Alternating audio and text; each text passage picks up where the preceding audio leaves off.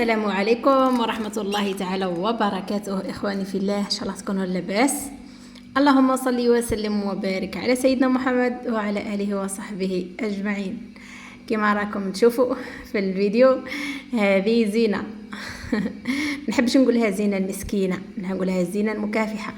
هذه هي زينة. شوفوا زي ما الحالة نتاعها، راهي مسكينة أكرمكم الله، على خاطر يعني ما عندهاش رجلين، الفضلات نتاعها كامل هم يلزقوا فيها. هي ماشي ما عندهاش رجلين، عندها رجلين بصح معوقين. على هذه انا راني استحفظت بها راني قاعده ندوش فيها، قلت يا ربي كش ما هربت لي شو تعينت بكا ولا سريعه ولا تمشي ولا رجليها يخدموا.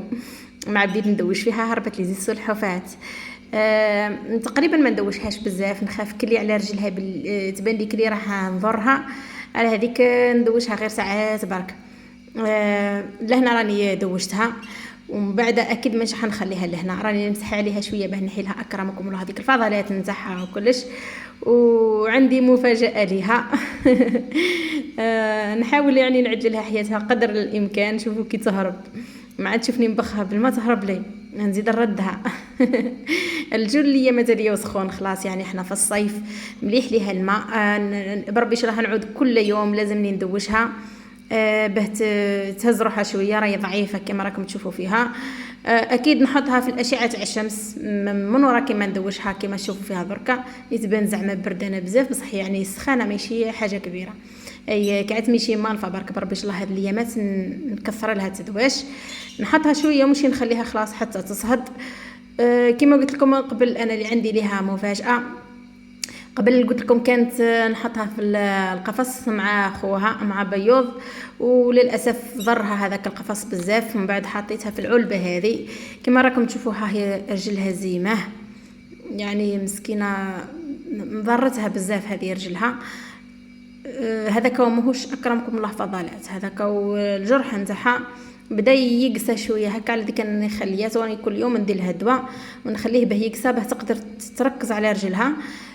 لهنا راهي شاحت، يعني ما بانتش بلي نظيفه بزاف على خاطر ناقصها الريش، هي ضعيفه كما قلت لكم من قبل. حتى الريش اللي داير بعينيها شوفوا ناقص بزاف، ناقص النمو نتاعها تعبانه بصح راهي تكافحه بربي ان شاء الله. حطيتها في العلبه هذه وكانت مفرشت لها قطعه تاع قماش يعني شويه خشينه على رجلها باه ما تضرهاش. رجليها للزوز بصح كاينه رجل تضرها اكثر، ما على باليش على ماه. من بعد ولات بانت لي سخانه، وليت نحيت لها خلاص هذاك القطعه تاع القماش، خليت لها العلبه هذيك وحدها. ومن بعد وليت هي هذه العلبه بعدو نحيتها خدمت لها قفص ليها. هذا القفص كاين من قبل يعني عندي من قبل بصح درت عليه شويه تعديلات باه يجيو يعني باه يخرجوا عليها، على خاطر هي ظروفها خاصه ماهيش زي الطيور الاخرين. شوفوا هذه البلاصه اللي هنا راهي لوحه يعني طرف تاع خشب. هذيك لي بلاصه اللي في الوسط راهو فراغ، راني عليتها بالذمه به هي يعني رجليها ما تقدرش توقف عليهم، يعني مش راح توصل للمأكليه نتاع اللي نحط لها فيها البرايقه. على هذيك انا عليت لها فيها به كي نحط المأكليه.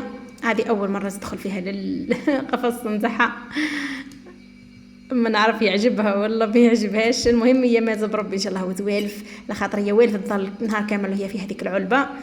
هذه المأكليه نتاعها راح نحطها لها تجي تقريبا مع مش تقريبا راح تجي مع الارضيه بعد القفص به ما تتعبش بزاف. هي مازالت ما تاكلش من يعني من الحبوب هذه، خوها عنده بزاف خلاص هو ياكل، هي مازالت ما تاكلش على خاطر عندها ظروف خاصه كما قلت لكم من قبل.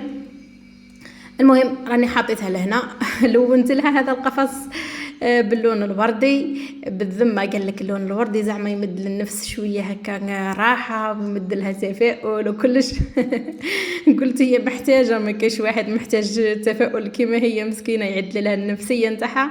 درتو كامل وردي، راهو في الطبيعه نتاعو الله خرج باهي يهبل وهي انثى، حتى الانثى يخي نديروا لها اللون يعني الوردي. انا يا حطيتها لهنا في الاول ما عجبهاش القفص، راهي تروح لهي خلاص للشوكه وتقعد لي، ما حبتش تجي لهنا بصح من بعدها الحمد لله راهي والفت به وراه عاجبها خلاص. رجليها في الاول هكا كي تشوفوا معاها تبان لكم باللي راهي تسوفري، بصح والله الحمد لله راهم بداو الجلده نتاعهم هذيك التحتانيه بدات تقسى. يعني ربي سبحانه هو اللي قاعد يخدم فيها، هو اللي قاعد يخليها انها تقاوم. القرار نتاعي اني خليتها تعيش، ان شاء الله ما يكونش غلط، لاني ما عنديش حل اخر يعني بصراحه. ولا هنا كما راكم تشوفوا زينة البطلة راهي بدات توالف وبدات تاكل وحدها. هذا هو القفص نتاعها، حطيت لها فيه البيض المسلوق. خوها على بالكم باللي صحيح عليها عنده بزاف، خلاص ملي ولا ياكل وحده، بصح هي تقريبا هذا وين بدات.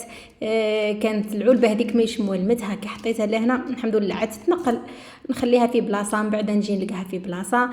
ساعات كي تجوع بزاف وتبغيني نجي ليها تجي تقرب خلاص لهنا للقفص الجهه هذه من هنايا وتطلب الاكل، اكيد تعود تزفر عليا هكا باش نجي نطلع عليها. شوفوا اللي انا راهي تاكل حتى في القشره تاع البيض يقل ناقصها كالسيوم ولا ما عارف كيفاه. المهم قلت لكم ندير لها خلطات بربي ان شاء الله، وندير لها فيها القشور تاع البيض مطحونين رطبين يعني بزاف خلاص، ممكن يساعدوها شويه على رجليها هذوك عادو هكا شويه مقوسين. قلت يقل العظم نتاعها يقوى ولا المهم. الحمد لله هي بدات تاكل وحدها. انا نتمنى انها تولي تاكل الحبوب، خوها عنده بزاف خلاص ثاني ملي يولي ياكل الحبوب وياكل وحده الله يبارك يقشر عادي، نلقى طول القشور تاع الحبوب في الارضيه القفص. ياكل ثاني من يدي، يعني ياكل البيض هكا مسلوق، ساعه هكا كيمد لها هي الخلطه هذيك، هي تاكل طول الخلطه، هو ساعه يسخف يبغي يرجع لايام الخوالي، يرجع صغير، نمدلو ياكل حتى هو شويه من الخلطه هذيك، بصح ما يكثرش بزاف، غير يذوق شويه برك. قال لي الحويصله تاعو هذيك عاد ما تهزش بزاف، ياكل وحده البريقه، ياكل وحده البيض المسلوق، مدلو مره ولا مرتين في الاسبوع، بزاف عليه على خاطر ماشي مليح ليكم البيض بزاف.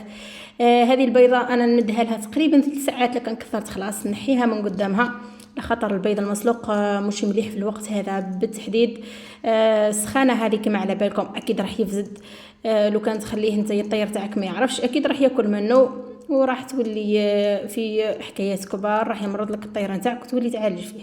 على هذيك تمدوا البيض للطيور نتاعكم، ما تكثروش، خليوه لك نكثر 3 سوايع ومدوا لهم يعني طريف برك قد ما يكفيهم، علاه تفسدوا هذيك البيضه كامل، مدوا لهم 6 ربع بيضه، خليو الباقي يعني في الثلاجه، مدوا لهم زغيبه برك، وهذاك الزغيبه اللي تمدوه لهم خليوه ياكلوا منه برك شويه هكا ونحيوه لهم. المهم كان هذا هو جديد تاع زينة. كانوا كاينين بزاف ناس يسقسيوني عليها يقولوا لي واش خبارها، يعني ارتاحت ولا ما ارتاحتش. للاسف ماهيش راح ترتاح، هي راح تبقى هكا، راح تتعود بربي ان شاء الله على باللي راهي مخدومه هكا، راح بربي ان شاء الله تعتمد على رجليها هكا بالطريقه هذه ان شاء الله. برك الايامات الجايين تولي تاكل الحبوب. المهم لهنا نكون وصلت نهايه الفيديو كما كل فيديو وصلت للحكمه اليوم اللي تقول: تفاءل، ليس لأن ظروفك مثالية، ولكن ربما حولك من يستمد القوة من تماسكك ويستسقي الأمل من بسمتك. والسلام عليكم ورحمة الله تعالى وبركاته.